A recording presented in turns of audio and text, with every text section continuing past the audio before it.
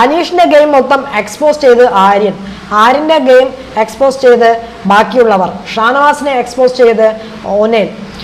അങ്ങനെ ഈ ആഴ്ചത്തെ ഗെയിമിനെ പലരും എക്സ്പോസ് ചെയ്തിരിക്കുകയാണ്.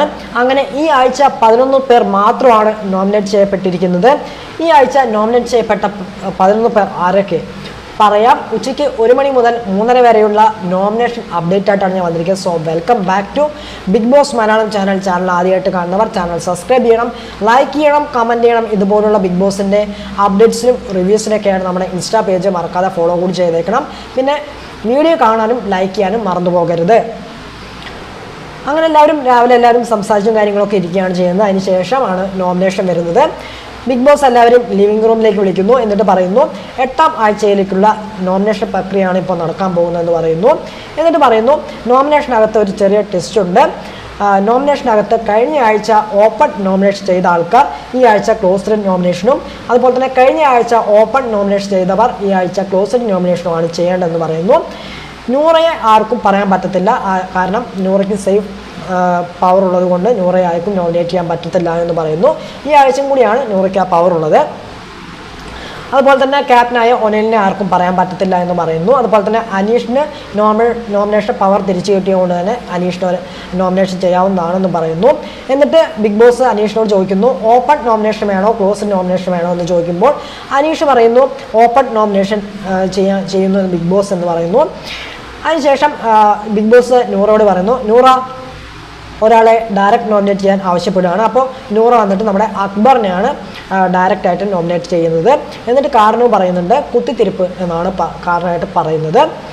അതിനുശേഷം നമ്മുടെ ഷാനവാസാണ് പോകുന്നത്. ഷാനവാസ് പോയിട്ട് നമ്മുടെ ബിന്നീനെയും അബിയെയാണ് പറയുന്നത്. അതിനുശേഷം ജിസേൽ പോകുന്നു. ജിസേൽ പോയിട്ട് അബീനെയും ബിന്നീനെയും പറയുന്നു.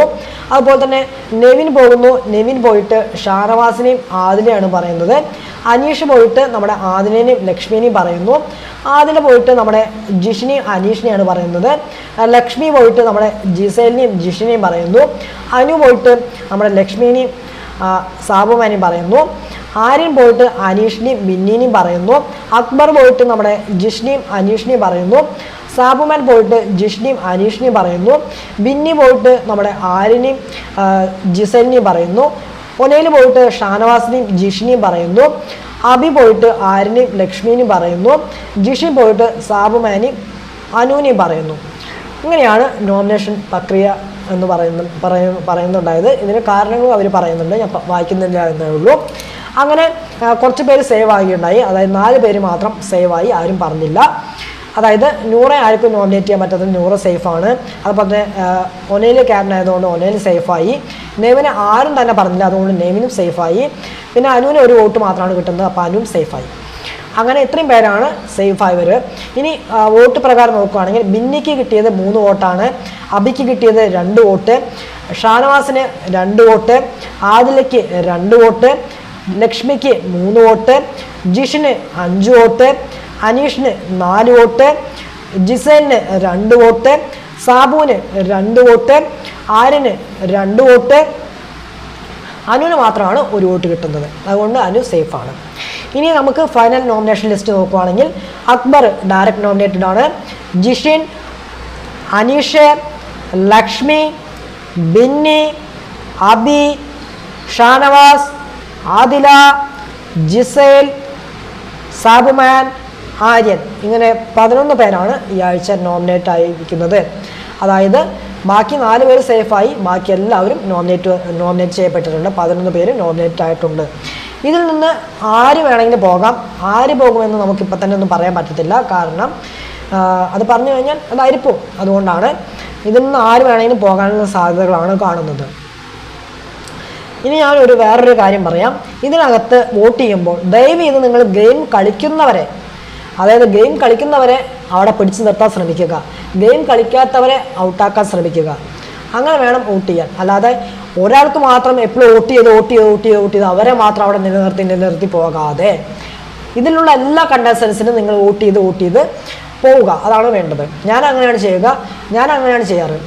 ഒരാൾക്ക് മാത്രമല്ല ഞാൻ വോട്ട് ചെയ്യുന്നത്, ഞാൻ എല്ലാവർക്കും വോട്ട് ചെയ്യാറുണ്ട്. അങ്ങനെയാണ് ചെയ്യേണ്ടത്. കാരണം നമ്മുടെ മുമ്പിൽ കിട്ടിയിരിക്കുന്നത് എല്ലാവരും കണ്ടസ്റ്റൻസ് ആണ്. നമ്മൾ ആർമികളാണെന്ന് പറഞ്ഞാലും നമുക്ക് മുന്നിൽ കിട്ടിയിരിക്കുന്ന ആരൊക്കെയാണ്? നമ്മുടെ കണ്ടസ്റ്റൻസ് ആണ് എല്ലാവരും. അപ്പോൾ എല്ലാ കണ്ടസ്റ്റൻസും നമ്മൾ എല്ലാവരും വോട്ട് ചെയ്യണം. എല്ലാവരും ഒരു വോട്ട് വെച്ച് എല്ലാ കണ്ടസ്റ്റൻസിൻ്റെ എല്ലാവരും വോട്ട് ചെയ്യുക. ദയവ് ചെയ്ത് അവർക്ക് എല്ലാവരും വോട്ട് ചെയ്യാൻ ശ്രമിക്കുക. ഒരാളെ മാത്രം, അതായത് സാബുമാനെ മാത്രം വോട്ട് ചെയ്ത് അല്ലെങ്കിൽ ജിഷിനെ മാത്രം വോട്ട് ചെയ്ത് ഇങ്ങനെ പോവാതെ, ഒരാളെ മാത്രം കോൺസെൻട്രേഷൻ ചെയ്യാതെ ബാക്കി എല്ലാവർക്കും നിങ്ങൾ വോട്ട് കൊടുക്കുക. അങ്ങനെ കൊടുത്തു നോക്കിയേ, എല്ലാവരും ഗെയിം കളിക്കുന്നവരെ തന്നെയാണ്. സാബുമാൻ മാത്രമല്ല, ബാക്കി എല്ലാവരും ഗെയിം കളിക്കുന്നവരാണ്. സാബുമാൻ്റെ കാര്യത്തിൽ ഞാൻ നോക്കുകയാണെങ്കിൽ ഒരു ഗെയിമും കാണുന്നില്ല കേട്ടോ. അപ്പോൾ സാബുമാൻ വന്നിട്ട് 3 ആഴ്ചയായി, 60 ദിവസമാകാൻ പോകുന്നു, എന്നിട്ട് ഒരു മൈൻഡും ഇല്ല. മൂപ്പര് പറയും ഞാൻ 2 ആഴ്ച ഞാൻ നോക്കിയിട്ടാണ് ലാലേട്ടാ ചെയ്യുന്നത്. എന്താ മൂപ്പര് 2 ആഴ്ചയായില്ലേ? ഇതുവരെ 2 ആഴ്ചയായില്ലേ? 3-ാമത്തെ ആഴ്ചയായി വന്നിട്ട്, എന്നിട്ടും മൂപ്പരുടെ ഭാഗത്തുനിന്ന് ഒരു ഗെയിമും കാണുന്നില്ല. കാരണം സാബുമാനെ പോലുള്ള ആൾക്കാർ അവിടെ നിൽക്കുമ്പോൾ ഇന്നലെ റന പോയത് അത് അൺഫെയർ തന്നെയാണ്. ശരിക്കും ഇന്നലെ പോകേണ്ടിരുന്നത് സാബുമാനായിരുന്നു.